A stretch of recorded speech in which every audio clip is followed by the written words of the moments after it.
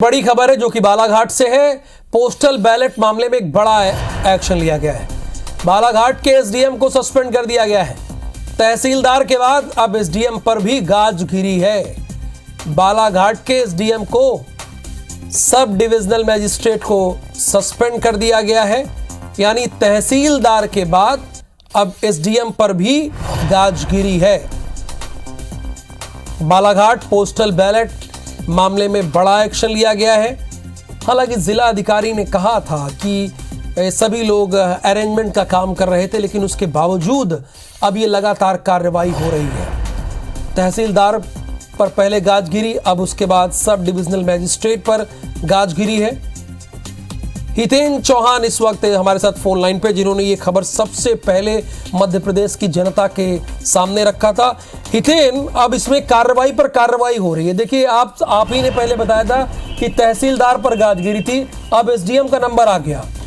जी बिल्कुल, मैं आपको बताना चाहूंगा कि 2 दिन पहले जो है बालाघाट का तहसील कार्यालय है, यहाँ पे अस्थायी स्ट्रांग रूम बनाया गया था, जहाँ पे पूरे जिले भर की जो डाक मत पत्र है उसको वहाँ पे एकत्रित करके रखा गया था। इसका वीडियो जो है सोशल मीडिया में वायरल हुआ था, जिसके बाद में कांग्रेस के द्वारा जो है लगातार निर्वाचन आयोग को इसकी शिकायत की गई थी। शिकायत होने के बाद में जो तहसीलदार थे, लालबरा के नोडल अधिकारी थे, नोडल अधिकारी बनाया गया था तहसीलदार को, उनको सबसे पहले निलंबित किया गया। और आज जो है बालाघाट के कलेक्टर डॉक्टर गिरीश कुमार मिश्रा के द्वारा जो है बालाघाट के एसडीएम गोपाल सोनी, इनको भी निलंबित करते हुए राहुल नायक को यहाँ का एसडीएम का प्रभार सौंपा गया है। जी, तो क्या लगातार इस बात का दबाव था, ये एक्शन तहसीलदार के बाद एसडीएम को सस्पेंड किया गया?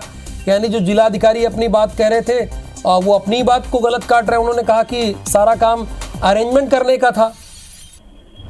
जी देखिए, मैं आपको बताना चाहूंगा, जो वीडियो वायरल हुआ था उसमें तमाम राजनीतिक दल के लोगों को सूचना दी गई थी, लेकिन कांग्रेस का ये कहना था और अन्य राजनीतिक दलों का ये कहना था कि सिर्फ मुख्य जो प्रमुख राजनीतिक दल है कांग्रेस और बीजेपी, इनको ही सूचना दी गई थी और बाकी राजनीतिक दल के जो लोग थे उनको सूचना ना देते हुए स्ट्रांग रूम है उसका टाइम 3 बजे का रखा गया था। 3 बजे ना खोल के उसे 1 बजे के आसपास में खोल दिया गया। इसको लेके जो है निर्वाचन आयोग ने लालबर्रा के जो तहसीलदार थे, जिन्हें नोडल अधिकारी बनाया गया था, उनकी गलती मानी और समय से पूर्व जो है स्ट्रांग रूम खोल दिया गया था और राजनीतिक दल के लोगों को समय पे सूचना नहीं दी गई थी। इस वजह से उनको निलंबित किया गया था और कांग्रेस ने एसडीएम और कलेक्टर के खिलाफ में भी शिकायत की है इस पूरे मामले में और उनके भी निलंबन की मांग की जा रही है। जी, किसके निलंबन की और किसके निलंबन की मांग की जा रही कांग्रेस द्वारा? कांग्रेस के द्वारा जो है बालाघाट के जो कलेक्टर है डॉक्टर गिरीश कुमार मिश्रा, इनको भी यहाँ से निर्वाचन कार्य से हटाए जाने की मांग की जा रही है। जी, तो ये कांग्रेस की मांग है। और जब ये खोला गया था तो कोई राजनीतिक दल का कैंडिडेट वहां पे नहीं था, प्रत्याशी नहीं था? जी बिल्कुल, प्रत्याशी थे। जो यहाँ के जो एसडीएम थे, जो प्रभार में थे उस समय, उनका ये कहना था कि हमारे द्वारा बाकायदा इसकी सूचना दी गई थी, लेकिन कांग्रेस का ये कहना था कि सभी राजनीतिक दल जितने भी चुनाव में खड़े हुए हैं, जितने प्रत्याशी 17 कैंडिडेट बालाघाट में थे, तो उन सभी को सूचना दी जानी थी स्ट्रांग रूम खोले जाने की, लेकिन कांग्रेस और बीजेपी के ही लोगों को सूचना दी गई। इसको लेकर कांग्रेस के द्वारा आपत्ति दर्ज कराते हुए निर्वाचन में इसकी शिकायत की गई थी, जिसके बाद में ये एक्शन लिया गया है। अब तक इसमें हितेन क्या क्या कार्रवाई हुई है पूरे मामले में?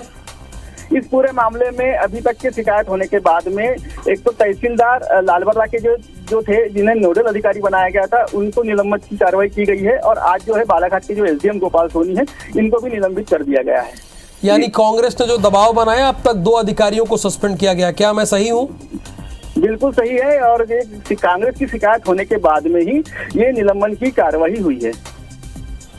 तो बिल्कुल बालाघाट के एसडीएम को भी सस्पेंड कर दिया गया है और तहसीलदार को पहले ही सस्पेंड कर दिया गया था। और कांग्रेस का ऑब्जेक्शन ये था कि इसमें सभी राजनीतिक दलों को क्यों नहीं बताया गया। और अब कांग्रेस ये चाहती है कि इस मामले में बालाघाट के जिलाधिकारी, जो कि इस वक्त निर्वाचन अधिकारी की भूमिका में भी होते हैं, उन्हें भी हटाया जाए। कांग्रेस की ये भी मांग है। चूंकि समय से पहले बैलेट पेपर खोला गया, तहसीलदार के बाद एसडीएम को भी इसमें सस्पेंड कर दिया गया। दिल्ली तक पहुंचा है पहले पोस्टल बैलेट का ये मामला, यानी दिल्ली तक पहुंच गया है ये मामला, दिल्ली तक पहुंच चुका है। कलेक्टर को भी हटाने की मांग की जा रही है कांग्रेस के द्वारा। पोस्टल बैलेट मामले में एक बड़ा एक्शन आज लिया गया है। एसडीएम यानी बालाघाट के एसडीएम को हटा दिया गया है, सस्पेंड कर दिया गया है। ये हमारे संवाददाता हितेन चौहान ने हमें जानकारी दी और वहां पर नए एसडीएम की तैनाती भी हो गई है बाकायदा, उन्होंने ये भी बताया।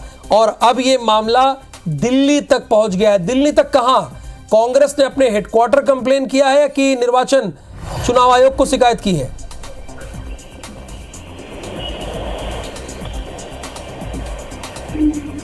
हितेन, क्या आवाज आ रही है आपको? जी जी जी जी जी बताइए। तो कहां तक ये मामला, कांग्रेस ने अपने हेडक्वार्टर कंप्लेन की है कि चुनाव आयोग को कंप्लेन की है?